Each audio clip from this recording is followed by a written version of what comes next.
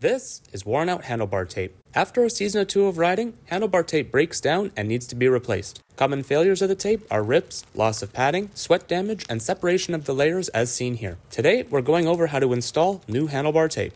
Bar tape comes packaged in two separate rolls, one for each side of the handlebar. Prepare the tape by removing the bar end plug, the plastic wrapping, and the first bit of the backing strip.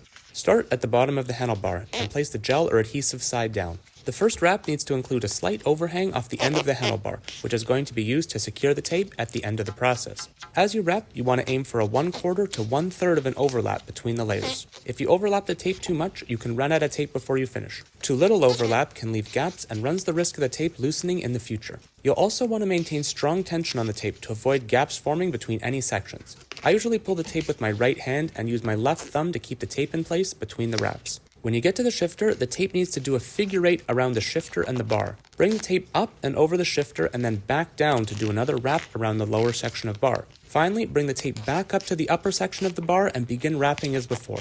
It's a good idea to fold the shifter hood back down into place at this point to check for any gaps that might be present on the outer and inner sections. If everything is tight and it's gap-free, you're good to continue. I find the upper section is the easiest to wrap since there's less tape flapping around and you're going to have a little bit more room to work than at the bottom. The same things apply to the top as they did the bottom. Keep the bar tape tension tight and be mindful of your overlaps. Wrap until you're about 1 inch or 2 away from the stem, and this is where we're going to need to cut the tape to finish. The tape needs to be cut at an angle to give the tape a clean, finished look. Use good quality scissors to cut the angle into the tape before wrapping the remaining section around the bar and securing it with electrical tape.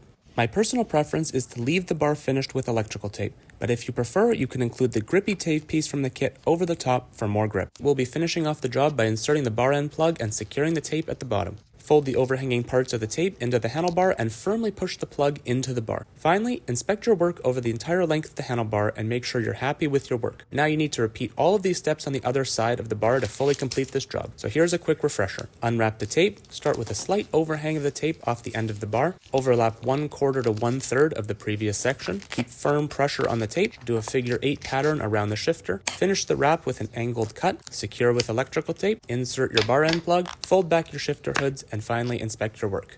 As one last check, you can compare your two cutoffs to see how evenly you wrap the tape. This is where we started, with dirty old bar tape, and this is where we finished, with tightly wrapped, fresh handlebar tape that will last for thousands of kilometers of riding and make your bike feel like new.